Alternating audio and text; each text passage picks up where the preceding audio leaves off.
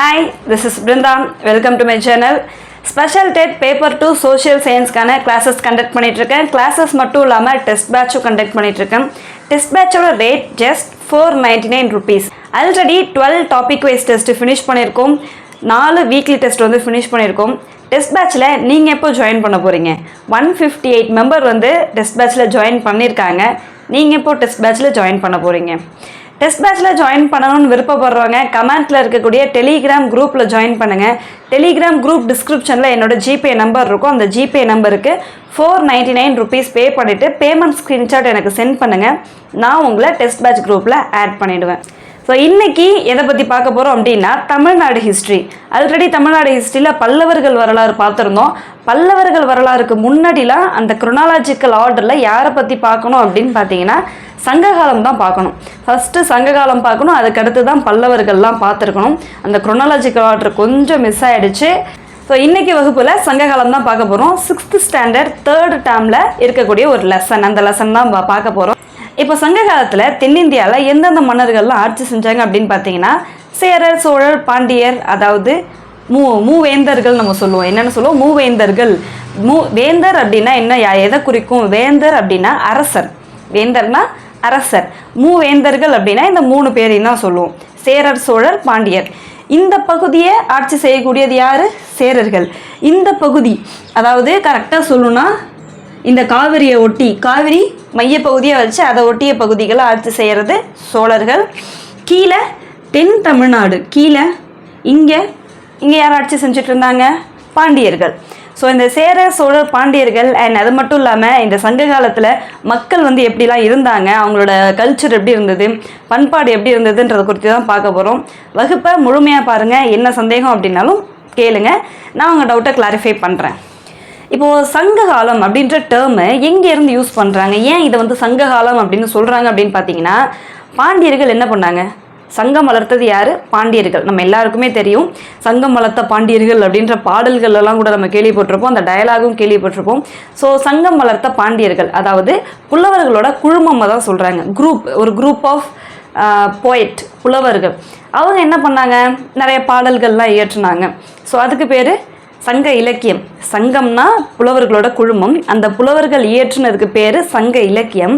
அந்த சங்க இலக்கியம் இயற்றப்பட்ட காலம் இருக்குல்ல, அந்த பீரியட் ஆஃப் அந்த டைம் இருக்கு இல்லையா, அந்த கால பகுதிக்கு சங்க காலம் அப்படின்னு பேர் வந்து இருக்குது.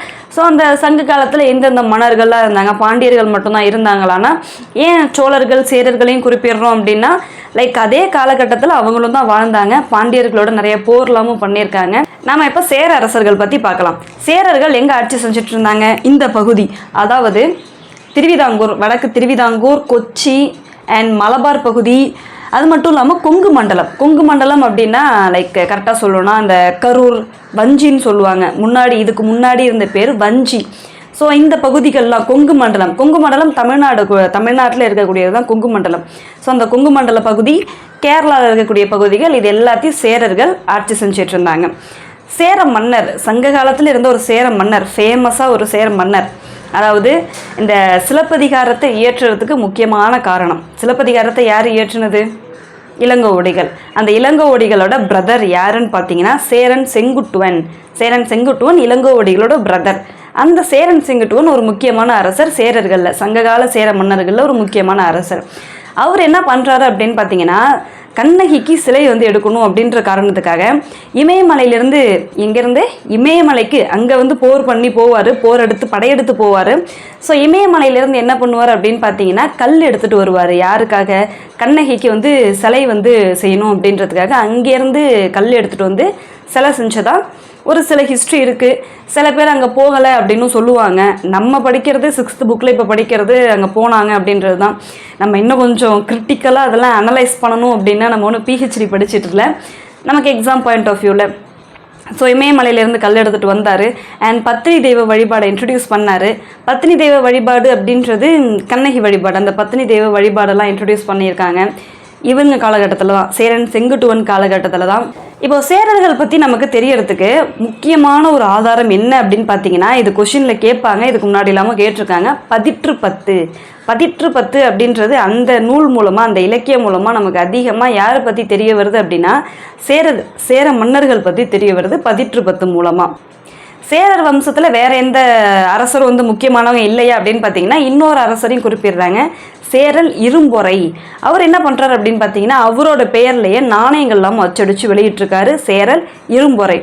2 அரசர் பற்றி சொல்லியிருக்கேன், சேரன் செங்குட்டுவன் பற்றி சொல்லியிருக்கேன், சேரல் இரும்பொறை பற்றி சொல்லியிருக்கேன். ஸோ 2 அரசர்கள் பற்றி சொல்லியிருக்கேன், கன்ஃபியூஸ் பண்ணிக்காதீங்க. சேர அரசர்கள், சங்க காலத்தில் இருந்த சேர அரசர்கள் நம்ம புக்கில் இருக்கிறது மொத்தம் 4 அரசர்களை முக்கியமான அரசர்களாக கொடுத்துருக்காங்க. யார் யாருன்னு பார்த்தீங்கன்னா, உதயன் சேரலாதன். யார்? உதயன் சேரலாதன். அதுக்கு அடுத்தது பார்த்தீங்கன்னா இன்னொருத்தர் சொன்னானே, சேரன் செங்குட்டுவன். சேரன் செங்குட்டுவன். அடுத்தது சேரல் இரும்பொறை. இவர் தான் என்ன பண்ணார், இவரோட பெயரில் நாணயங்கள் அச்சிட்டு வெளியிட்டவர் சேரல் இரும்பொறை. சேரல் இரும்பொறை. அதுக்கு அடுத்தது இன்னொரு மன்னர் யாருன்னா, இமயவரம்பன் நெடுஞ்சேரலாதன். ஆர்டரை மாற்றிட்டேன், அவர் இங்கே வருவார், இந்த இடத்துல வருவார்.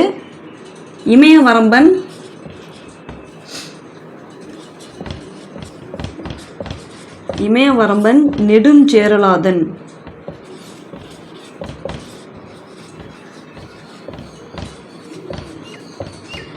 ஸோ முக்கியமான அரசர்கள், சேரர்களில் முக்கியமான அரசர்கள்னால் இவங்க 4 பேர் தான். அண்ட் 2 பேரை பற்றி தான் நம்ம பார்த்துருக்கோம், சேரன் செங்குட்டுவன் அண்ட் சேரல் இரும்பொறை பற்றி ஒரு 2 பாயிண்ட் பார்த்துருப்போம்.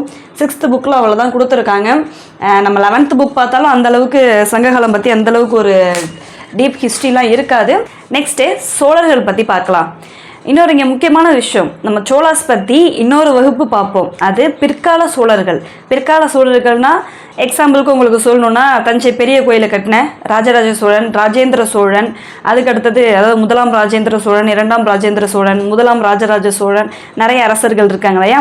இவங்கெல்லாம் எதில் வருவாங்கன்னா பிற்கால சோழர்களில் வருவாங்க. பிற்கால சோழர்களில் வருவாங்க. நாம் இப்போ பார்க்குற சோழர் யார் அப்படின்னு பார்த்தீங்கன்னா, சங்க காலத்தில் இருந்த சோழர்கள். கரிகாலன் அப்படின்றவர் சங்க காலத்தில் இருந்த சோழன். ஸோ அவங்கள பற்றி தான் நம்ம இப்போ பார்க்க போகிறோம். சோழர்கள் எந்த பகுதி ஆட்சி செஞ்சுட்டு இருந்தாங்க? காவேரி கழிமுக பகுதி தான் அவங்களோட மைய பகுதியாக இருந்தது. காவேரி கழிமுக பகுதி. இது வேற காவேரி கரெக்டாக இங்கே இருக்கும், நிறைய ஆறுகள் சேர்ந்து இது லைக் பல கிளையாறுகளாக பிரிஞ்சு இந்த இடத்துல வந்து இருக்கும். கொள்ளிடம் அப்படின்னு பல கிளையாறுகள்லாம் இருக்குது. ஸோ காவேரி கழிமுக பகுதியை ஒட்டின இந்த பகுதியில் தான் சோழர்கள் என்ன பண்ணாங்க அப்படின்னா ரூல் பண்ணாங்க. சில அரசர்கள் காலத்தில் வேங்கடமலை வரைக்கும் விரிவடைஞ்சிருந்தது சோழர்களோட அந்த ஆட்சி பகுதி. வேங்கடமலைனா இங்கே மேலே வந்து திருப்பதி இருக்கு இல்லையா, வேங்கடமலைனா திருப்பதியை தான் சொல்லுவாங்க. அந்த மலை வரைக்குமே என்னென்னா விரிவடைஞ்சிருந்தது ஆட்சி பகுதி, சோழர்களோட ஆட்சி பகுதின்னு சொல்கிறாங்க. முக்கியமான அரசர் சோழர்களில் யாருன்னு சொல்லியிருந்தேன், கரிகாலன். அந்த கரிகாலன் ஒரு போரில் ஈடுபடுறாரு. என்ன போர் அப்படின்னு பார்த்தீங்கன்னா, வெண்ணி அப்படின்ற போர் தஞ்சாவூரில் இருக்குது. ஸோ இதை வந்து கேள்வியில் கேட்டிருக்காங்க, வெண்ணின்றது எந்த ஊரில் இருக்குது அப்படின்னு பார்த்தீங்கன்னா தஞ்சாவூரில் இருக்குது. யாருக்கு எதிராக வந்து அந்த போர் நடக்கும், யார் கூட நடக்கும் அப்படின்னு பார்த்தீங்கன்னா, ஒரு சைடு சோழர் ஒத்தாளாக நிற்கிறாரு, ஆப்போசிட் சைடு யாரெல்லாம் இருக்காங்கன்னு பார்த்தீங்கன்னா சேரர்கள் இருக்காங்க, பாண்டியர்கள் இருக்காங்க, 11 வேளிர் இருக்காங்க. வேளிர்னா யாருன்றது நான் இப்போ சொல்லுவேன் கிளாஸில், மறக்காமல் கவனிங்க. 11 வேளிர்கள் இருக்காங்க. ஸோ 11 வேளிர் இருக்காங்க. இவங்க எல்லாருக்கும் அகெயின்ஸ்டாக யார், ஒத்தாளாக யார் இருக்கா, ஆப்போசிட்டில் கரிகாலன் இருக்கார். என்ன பண்ணுறாருன்னா போரில் இவர் தான் வின் பண்ணுறாரு. இந்த கல்லணைன்னு ஒன்று இருக்கே, அது யார் கட்டினது? கரிகாலன் கட்டினது தான் கல்லணை. நீங்கள் வந்து பிற்கால சோழர்கள் கட்டினது அப்படின்லாம் நினச்சிட்டு இருந்தீங்கன்னா அது தவறு. யார் கட்டினா அப்படின்னு பார்த்தீங்கன்னா கல்லணையை வந்து யார் கட்டினா? கரிகாலன்.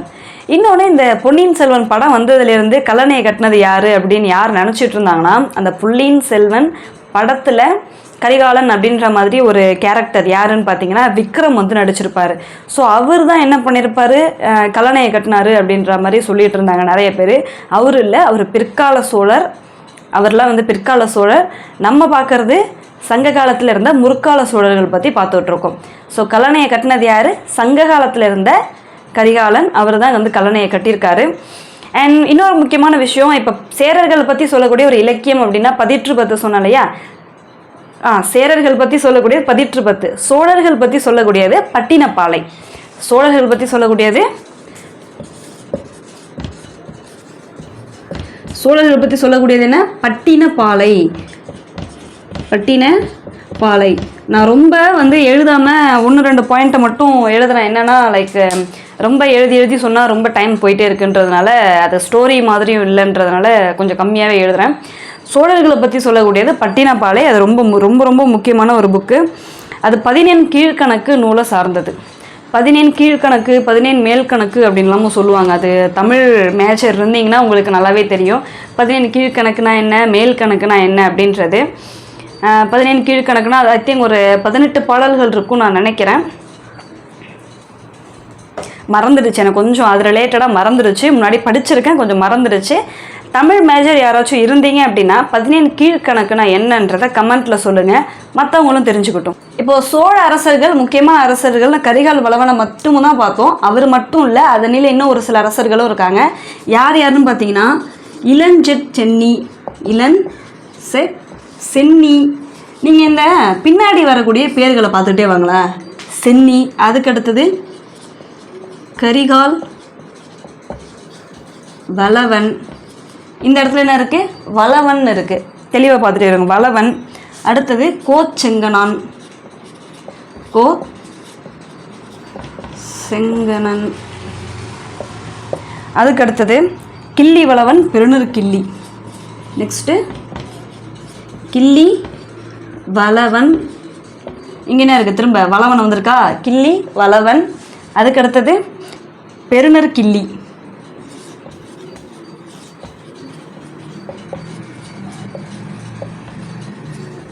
பெருநர் கிள்ளி.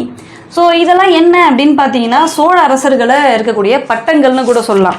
கரெக்டாக சொல்லணும்னா சோழர்கள் சூட்டி கொண்ட, அதாவது இது மாதிரி அப்போ சேரர்களுக்கும் இருக்கானா இருக்குது. சேரர்களுக்கு என்னென்ன பட்டங்கள் இருக்குன்றதை நம்ம பார்ப்போம். சேரர்களுக்கு, பாண்டியர்களுக்கு, சோழர்களுக்குன்னு தனித்தனியாக அந்த கடைசியாக வரக்கூடிய அந்த பட்டத்தை பார்த்தா இது சேரரசரா சோழ அரசரான்னு சொல்ல முடியும். ஸோ இதெல்லாம் அவங்க சூட்டி கொண்ட பட்டங்கள். சென்னி, வளவன், கிள்ளி அப்படின்றதெல்லாம் அவங்க சூட்டி கொண்ட பட்டங்கள். இப்போ சேர அரசர்கள் என்ன மாதிரி பட்டங்கள்லாம் சூட்டியிருப்பாங்க அப்படின்னு பார்த்தீங்கன்னா ஆதவன், குட்டுவன், சேரன் செங்குட்டுவன் வருது இல்லையா, ஆதவன், குட்டுவன், வானவன், இரும்பொறை. ஆதவன், குட்டுவன், வானவன், இரும்பொறை. இரும்பொறைன்னு ஒரு அரசரை நம்ம பார்த்தோம். சேரல் இரும்பொறைன்னு பார்த்தோம். சேரன் செங்குட்டுவன் அப்படின்ற அரசரையும் பார்த்தோம். ஸோ அந்த ஆதவன், குட்டுவன், இரும்பொறை இதெல்லாம் என்ன அப்படின்னு பார்த்தீங்கன்னா அவங்களோட பெயர்கள். அதாவது என்ன பெயர்? பட்ட பெயர்கள். அதுக்கடுத்தது அவங்க சூட்டி கொண்ட பட்ட பெயர்கள். அடுத்தது பாண்டியர்களுக்கு பார்க்கலாம். இப்போ பாண்டியர்களுக்கு என்னென்ன பெயர்கள் இருக்குது அப்படின்னு பார்த்தீங்கன்னா மாறன், வழுதி, செழியன். இது நல்லாயிருக்கும். பாண்டியர்களோட பேர் ரொம்ப நல்லாயிருக்கும். மாறன், வழுதி, செழியன். அதுக்கடுத்தது தென்னர். இது மூணும் பாண்டியர்கள் சூட்டி கொண்ட பெயர்கள். இப்போ நெக்ஸ்ட்டு பாண்டியர்கள் பற்றி பார்க்கலாம். பாண்டியர்கள் எங்கே ஆட்சி செஞ்சுட்டு இருந்தாங்க? இந்த தென் தமிழகத்தில் ஆட்சி செஞ்சுட்டு இருந்தாங்க. மதுரையை தலைமையகமாக கொண்டு ஆட்சி செஞ்சுட்டு இருந்தாங்க. நம்ம எல்லாருக்குமே தெரியும், மதுரையில் இருந்தாங்க, சங்கம் வளர்த்தாங்க, தமிழுக்கு பாடுபட்டாங்க அப்படின்ற மாதிரி நமக்கு எல்லாமே தெரியும். 3 சங்கம் வச்சுருப்பாங்க. முற்கால சங்கம், இடை சங்கம், கடை சங்கம் அப்படின்லாமும். ஸோ கடை சங்கம் தான் நமக்கு தெரிஞ்ச நிறைய இலக்கியங்கள் இருக்கக்கூடிய சங்கம். பாண்டியர்களில் ஒரு முக்கிய அரசர் யார் அப்படின்னு பார்த்தீங்கன்னா நெடுஞ்செழியன். பேருக்கு பின்னாடி என்ன இருக்குது? செழியன் இருக்குது. ஸோ அந்த செழியன் என்ன பண்ணுறாரு அப்படின்னு பார்த்தீங்கன்னா பாண்டியரா சேரருக்கும் சோழருக்கும் அகெயின்ஸ்டாக ஒரு போர் நடக்குது. அண்ட் 5 வேளிர் அந்த போரில் ஈடுபடுறாங்க. இப்போ வேளிர்னா என்னன்றதை பார்க்கலாம். வேளிர் அப்படின்னா ஒன்றும் இல்லை, வேளாண் நிலத்தை வேளாண் நிலம் உடைமையாளர்கள், வேளாண்மை நில உடைமையாளர்களை தான் என்னென்னு சொல்லுவாங்கன்னா வேளிர்கள் அப்படின்னு சொல்லுவாங்க. நம்ம அதை பார்க்கலாம். ஸோ யார் யாருக்கு அகெயின்ஸ்டாக நெடுஞ்செழியன் போரில் ஈடுபட்டார்? சேரர்கள், சோழர்கள், 5 வேளிர்கள். இவங்களுக்கு அகெயின்ஸ்டாக போரில் ஈடுபடுறாரு நெடுஞ்செழியன். யார் வின் பண்ணா அப்படின்னு பார்த்தீங்கன்னா நெடுஞ்செழியன் தான் வின் பண்ணுறாரு. இந்த போருக்கு பேர் என்ன? இது எங்கே நடந்தது அப்படின்னு பார்த்தீங்கன்னா இந்த போருக்கு பேர் தலையானங்கானம். நான் எழுதிடுறேன். இந்த போர் பேரை நான் போர்டில் எழுதிடுறேன்.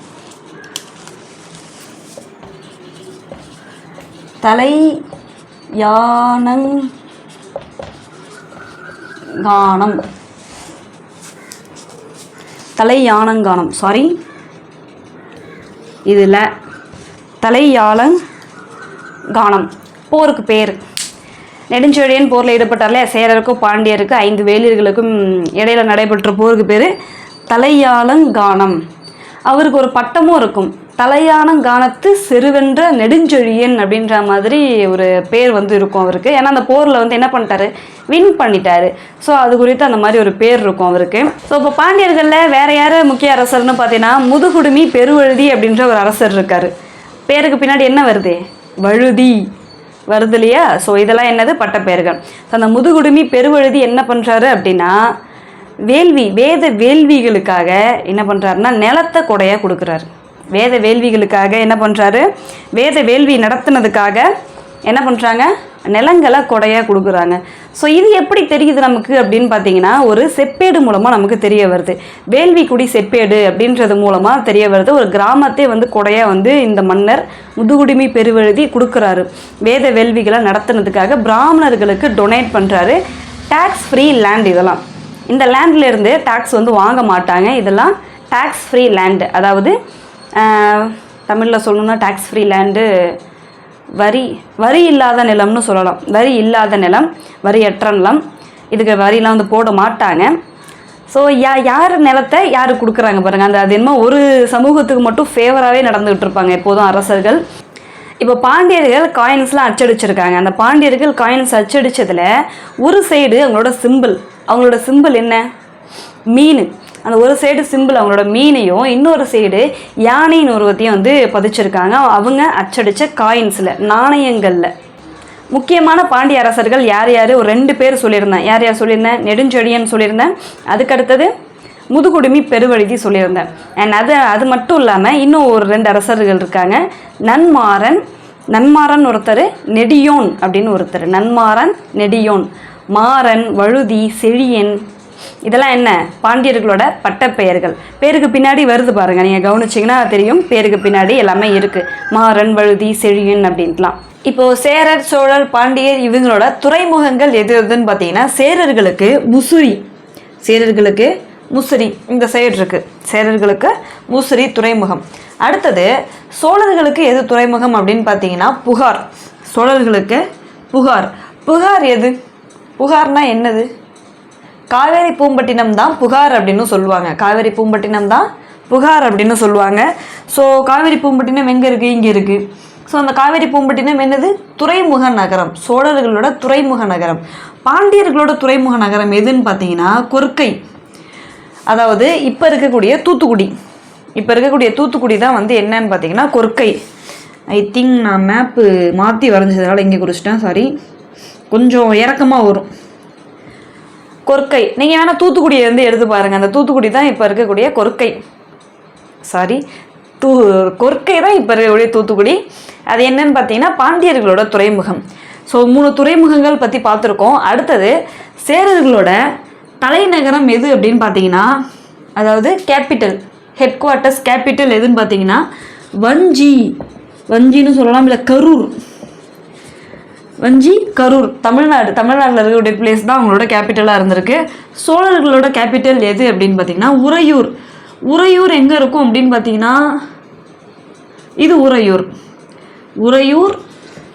அண்ட் அது மட்டும் இல்லாமல் புகார், 2மே கேபிட்டலாக வந்து சொல்லியிருக்காங்க. பாண்டியர்கள் கேபிட்டல் எல்லாருக்கும் தெரியும், 6th படிக்கிற பிள்ளைக்கு தெரியும், ஏன்னா 6th புக்கில் தான் இருக்குது. பாண்டியர்களோட துறைமுகம் கேபிட்டல் மதுரை. பாண்டியர்களோடது மதுரை. ஸோ கேபிட்டல் சிட்டி பார்த்துட்டோம். அதுக்கடுத்தது இந்த சின்னங்கள் என்னென்ன அப்படின்றது நமக்கு தெரியும். இப்போது என்னென்ன சின்னங்கள் அப்படின்றது நம்ம எல்லாருக்குமே தெரியும். என்னென்ன சின்னங்கள், சேரர்களுக்கு என்ன, பாண்டியர்களுக்கு என்ன. சேரர்களுக்கு வில்லம்பு, சோழர்களுக்கு புலி, படத்தில் நம்ம பார்த்துருப்போம். அடுத்தது பாண்டியர்களுக்கு மீன். இதெல்லாம் கூட கேட்பாங்களான்னா கேட்பாங்க. அண்ட் இன்னொன்று மாலை அப்படின்ற ஒரு ஆர்டர் கொடுத்துருக்காங்க. இவங்க இந்த பூ யூஸ் பண்ணியிருக்காங்க போல், ஐ திங்க். அதாவது ஒரு அந்த செரிமோனிலாம் இருக்கும்ல, இப்போ அரியணையில் ஏறுற அந்த செரிமோனிலாம் இருக்கும்ல, அந்த மாதிரி. இல்லைனா வந்து வின் பண்ணிட்டு வந்தால் அந்த டைம்லலாம் அந்த மாலை வந்து சூடினாங்களா அப்படின்றது எக்ஸாக்டாக தெரில. ஆனால் இந்த மாலை அப்படின்ற ஒரு ஆர்டர் வந்து கொடுத்துருக்காங்க. இவங்க இந்த மாலை வந்து பின்பற்றியிருக்காங்க அப்படின்ட்டு. மாலைனா பூவை தான் சொல்கிறேன். சேரர்களுக்கு பனம்பூ மாலை. என்ன மாலை, பனம்பூனா பனை மரத்தில் என்ன பூ இருக்குமா என்ன? பனம்பூ மாலை. பனம்பூ மாலை சேரர்களுக்கு. அடுத்து சோழர்களுக்கு என்ன மாலை அப்படின்னு பார்த்தீங்கன்னா அத்திப்பூ மாலை. அத்திப்பூ மாலை. அதுக்கு அடுத்தது பாண்டியர்களுக்கு என்ன மாலை அப்படின்னு பார்த்தீங்கன்னா வேப்பம்பூ மாலை. வேப்பம்பூ மாலை. ஸோ சேரர் சோழர் பாண்டியர்களுக்கு இந்த மாலைகள் அப்படின்றத சொல்லியிருக்காங்க.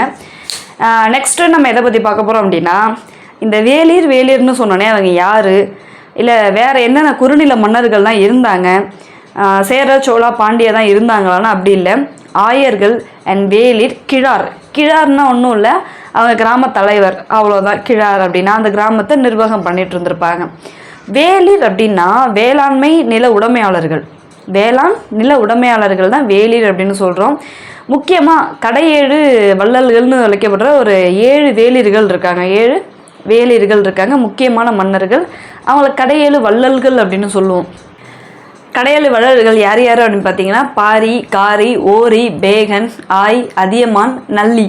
ஸோ இவங்க கடையேழு வள்ளல்கள். இவங்க யார்? வேளிர்கள். இந்த ஆயர் அப்படின்னா என்னென்னா ஆணிரை மேய்ப்பவர்கள்.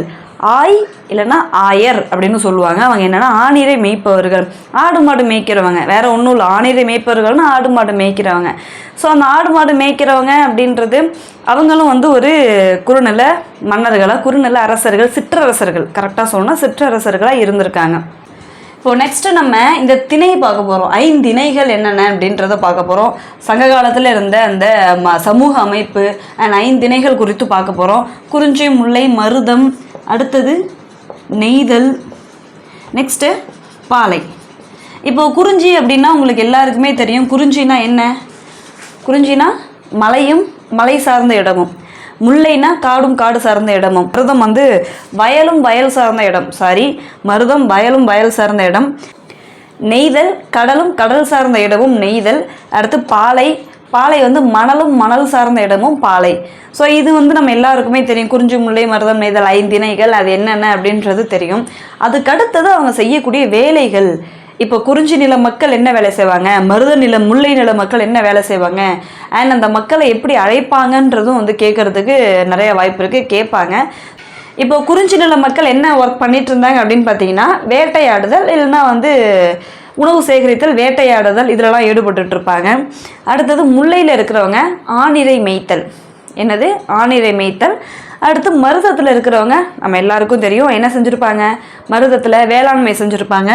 அடுத்து நெய்தலில் இருக்கிறவங்க மீன் பிடித்தல், அந்த ஒர்க் இருக்கும். நெய்தல்னா என்ன? கடலும் கடல் சார்ந்த இடமும், அதனால் மீன் பிடித்தல். அடுத்தது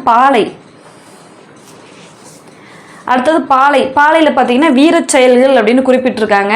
ஆனால் ஆக்சுவலாக பாலையில் என்ன ஒர்க் செஞ்சிட்ருப்பாங்க அப்படின்னு பார்த்தீங்கன்னா பாலையில் திருடுறது தான் முக்கியமாக. மோஸ்ட்லி கொள்ளையடிக்கிறது அந்த மாதிரி செயல்களில் தான் ஈடுபட்டுருப்பாங்க. அதை வீர செயல்னு இங்கே டீசெண்டாக கொடுத்துட்டாங்க. இப்போ இந்த குறிஞ்சி, முல்லை, மருத நிலை இந்த மக்களை எப்படி அழைப்பாங்க அப்படின்னு பார்த்தீங்கன்னா குறிஞ்சி நில மக்களை குயவர்,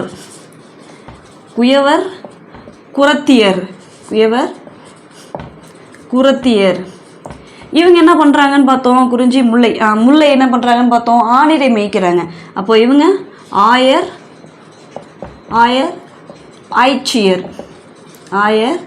ஆய்ச்சியர். மருத நில மக்கள் வேளாண்மை செய்கிறாங்க. உழவர், உழத்தியர். ஒழுங்கா எழுதலை.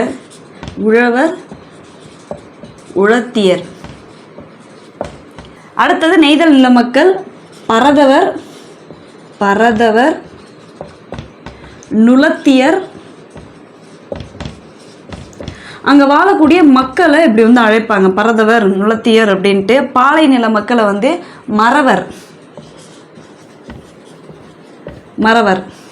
மறவர் மட்டும் இல்லை, மரத்தியர் அப்படின்னு வரும். ஸோ இதெல்லாம் என்னென்னு பார்த்தீங்கன்னா குறிஞ்சி, இந்த குயவர், குரத்தியர் இதெல்லாம் அங்கே இருக்கக்கூடிய மக்களை அழைக்கக்கூடிய சொல்லாடல்கள். இதெல்லாம் இப்போ என்னென்ன பார்த்துருக்கோம், நிலம் பார்த்தோம், அந்த குறிஞ்சினா என்ன நிலம் அப்படின்றத பார்த்தோம். அதுக்கு அடுத்தது என்ன ஒர்க்குன்றதை பார்த்தோம். அந்த மக்களை இப்போ எப்படி அழைப்பாங்கன்றது பார்த்துருக்கோம்.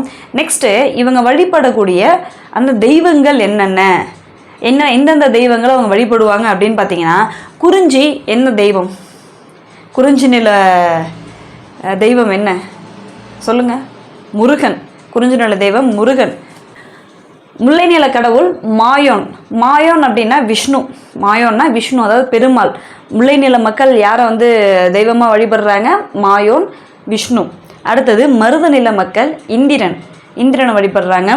அண்ட் அது மட்டும் இல்லாமல் நெய்தல் நில மக்கள் வருணன். வருணன்னா யார்? மழை தெய்வம், அவர் வந்து வருணன்.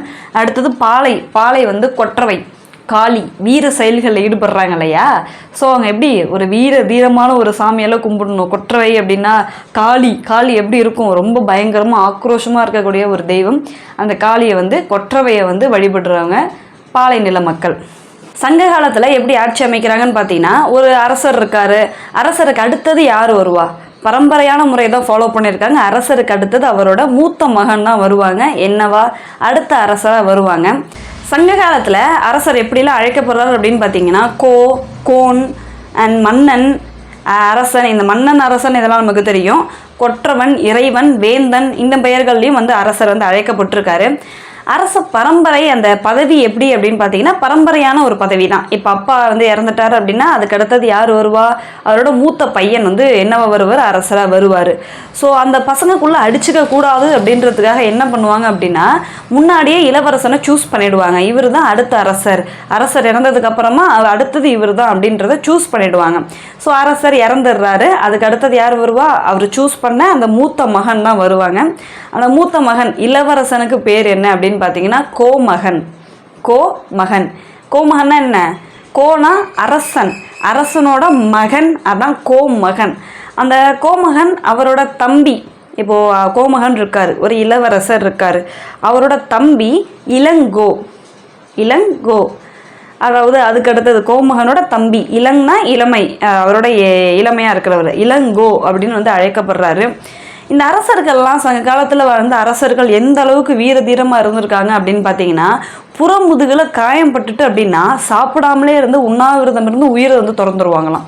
அது வந்து அசிங்கம், அது வந்து எப்படி சொல்கிறது, கோழைத்தனமான ஒரு செயல் அப்படின்னு அவங்க கருதி புறமுதுகில் காயம் அடைஞ்சிட்டாங்க அப்படின்னா உண்ணாவிரதம் இருந்து உயிர் திறந்துருவாங்க.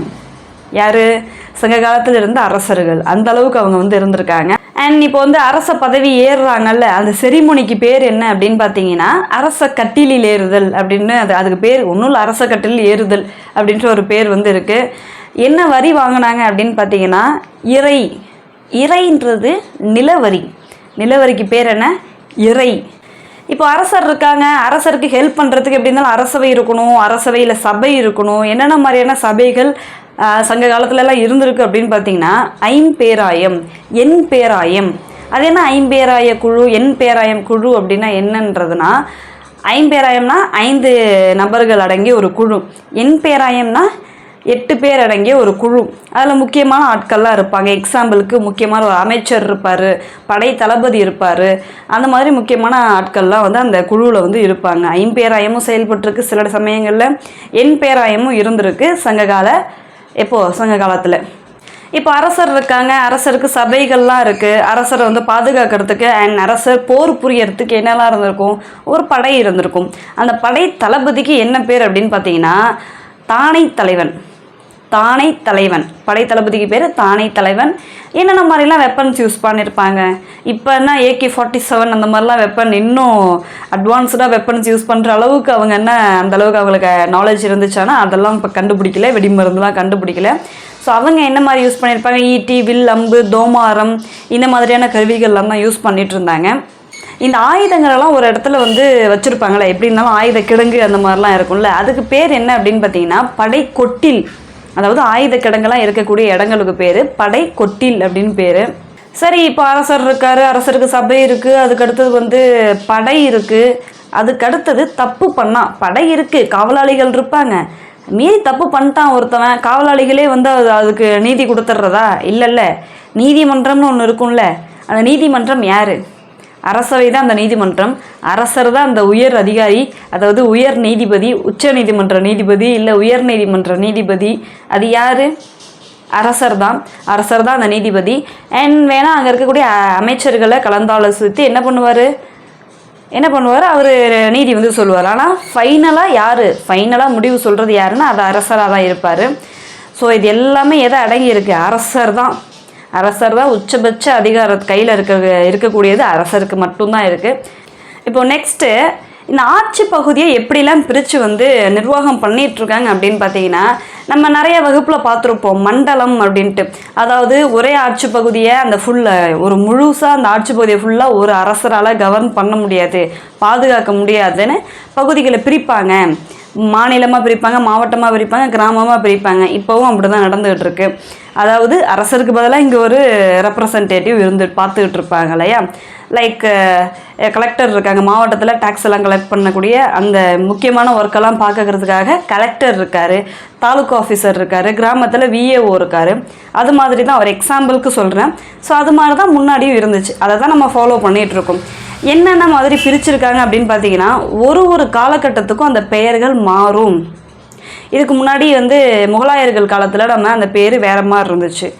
அதுக்கு முன்னாடி விஜயநகர் பார்த்தோம். விஜயநகர் காலத்தில் அந்த பெயர்கள் வேறு மாதிரி இருந்தது, பேர் மாறும். சங்க காலத்தில் எப்படி இருக்குது அப்படின்னு பார்த்தீங்கன்னா, ஃபஸ்ட்டு மண்டலத்துக்கு அடுத்தது நாடு. ஆனால் நம்ம இதுக்கு முன்னாடி பார்த்த வகுப்புகள்லாம் இங்கே வேறு ஏதாச்சும் இருக்கும், அதுக்கு அடுத்து தான் நாடு, அடுத்து கிராமம்னு பார்த்துருப்போம். ஸோ ஒரு இதுக்கும் டிஃப்ரெண்ட் ஆகும். மண்டலம், நாடு. நெக்ஸ்ட் என்னன்னு பார்த்தீங்கன்னா கூற்றம்க்கு அடுத்தது என்னன்னு பார்த்தீங்கன்னா கிராமம். மண்டலம், நாடு, கூற்றம், கிராமம். ஸோ இந்த ஆர்டர் வந்து ஞாபகம் வச்சுக்கோங்க. இந்த ஆர்டர் அப்படியே கொடுத்து அதை வந்து அரேஞ்ச் பண்ணுங்க அப்படின்னு சொல்லிட்டு கேட்பாங்க. அந்த ஆர்டரை மறந்துடாதீங்க. மண்டலம், நாடு, கூற்றம், கிராமம். கிராமம் தான் இருக்கிறதுலே சிறிய அழகு. கிராமத்தை பார்த்துக்கிறதுக்கு யார் இருப்பா? கிராம தலைவர் இருப்பார். கிராம தலைவருக்கு ஒரு பேர் கூட சொல்லியிருந்தாங்க, கிராம தலைவர்னா கிழார் அப்படின்னா அது கிராம தலைவர். சரி, இங்கே ஒரு கேள்வி கேட்போம். கவுடா அப்படின்றது ஒரு கிராம தலைவர்னு சொல்லியிருந்தேன் இல்லையா?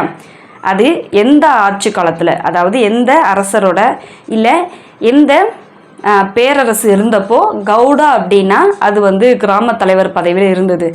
விஜயநகரா, இல்லை பாமணியா, முகலாயர்களா, இல்லை டெல்லி சுல்தானா, யாருன்றதை கமெண்ட்டில் சொல்லுங்கள்.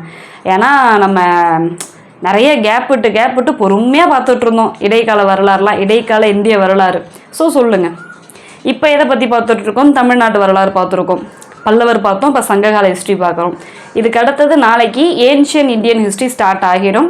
இண்டஸ் வேலி சிவிலைசேஷனை ஸ்டார்ட் பண்ணிவிடுவோம். அது ரொம்ப இன்ட்ரெஸ்டிங்காக இருக்கும். சங்க காலத்தில் பெண்களோட நிலை எப்படி இருந்துச்சு அப்படின்னு பார்த்தீங்கன்னா, அவங்க சங்க காலத்தில் படிச்சிருக்காங்க, படித்த பெண் புலவர்கள்லாம் இருந்திருக்காங்க.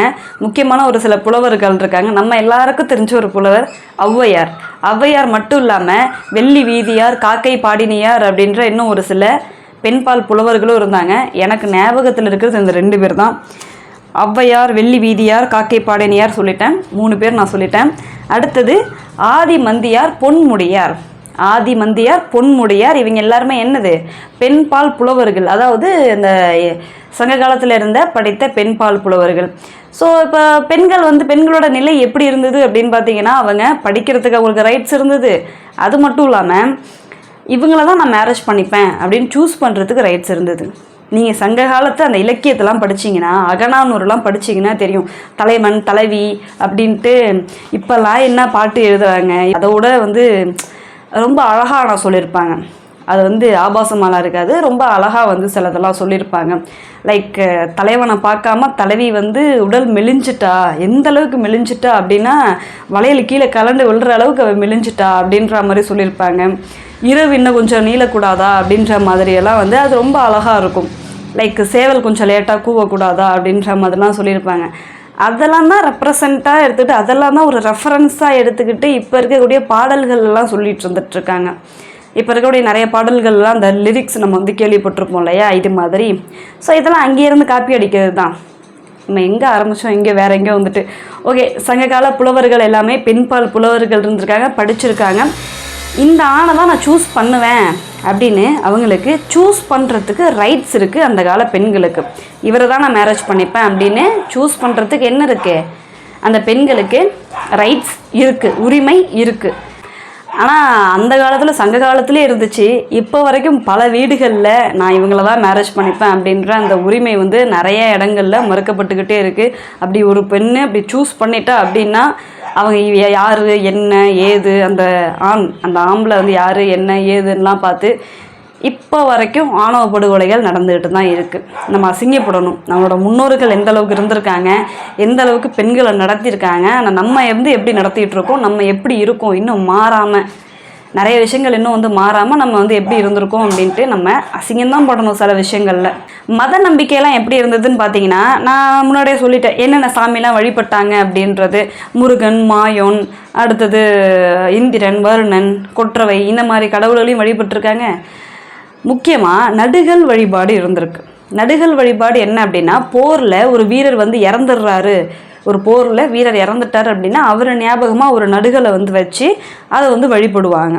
ஸோ அது நடுகள் வழிபாடு. நடுகள் வழிபாடும் இருந்திருக்கு. பௌத்தம், சமணமும் இதே காலகட்டத்தில் இருந்திருக்கு. இன்னொன்று, அந்த நார்த்து சைடு, நான் இங்கே சவுத்து மட்டும்தானே வரைஞ்சிருக்கேன் மேப்பில், நார்த்து சைடு இருந்த அளவுக்கு நம்ம ஊரில் இந்த சவுத்து சைடு, அதாவது சதர்ன் இந்தியாவை சொல்கிறேன், சவுத் சைடு அந்தளவுக்கு கேஸ்ட்டு அந்த சாதின்றது ரொம்ப வளர்ந்துடல. முக்கியமாக தமிழ்நாட்டை நான் சொல்கிறேன். தமிழ்நாட்டில் வட இந்தியாவில் இருந்த அளவுக்கு இங்கே அந்த சாதி வந்து வளர்ந்துடல. சாதியோட அந்த பெருமை, சாதி தான் முக்கியன்ற மாதிரி அந்த கருத்துக்கள்லாம் எப்போது சங்க காலத்தில் அந்தளவுக்கு ஒரு வளர்ச்சி வந்து பெறலை. இருந்துச்சு, ஆனால் அந்தளவுக்கு வந்து ஒரு வளர்ச்சி பெறலை. அந்தளவுக்கு ஒரு எக்ஸ்ட்ரீம் லெவலுக்கெல்லாம் அவங்கெல்லாம் இல்லை. அண்ட் எப்படிலாம் உடை அணிஞ்சிருந்தாங்கன்னா மேலாடை, கீழாடை இதெல்லாமும் இருந்திருக்கு. அண்ட் அது மட்டும் இல்லாமல் பருத்தி, பட்டு இதெல்லாம் யூஸ் பண்ணியிருக்காங்க. மஸ்லின் பட்டு, நல்லா பணக்காரவங்களாம் என்ன மாதிரி பட்டு யூஸ் பண்ணியிருக்காங்கன்னா, மஸ்லின் பட்டு, நல்லா வந்து காஸ்ட்லியான பட்டு போல் அது மஸ்லின் பட்டுலாம் யூஸ் பண்ணியிருக்காங்க. பருத்தியில் ட்ரெஸ்ஸு இதெல்லாம் யூஸ் பண்ணியிருக்காங்க.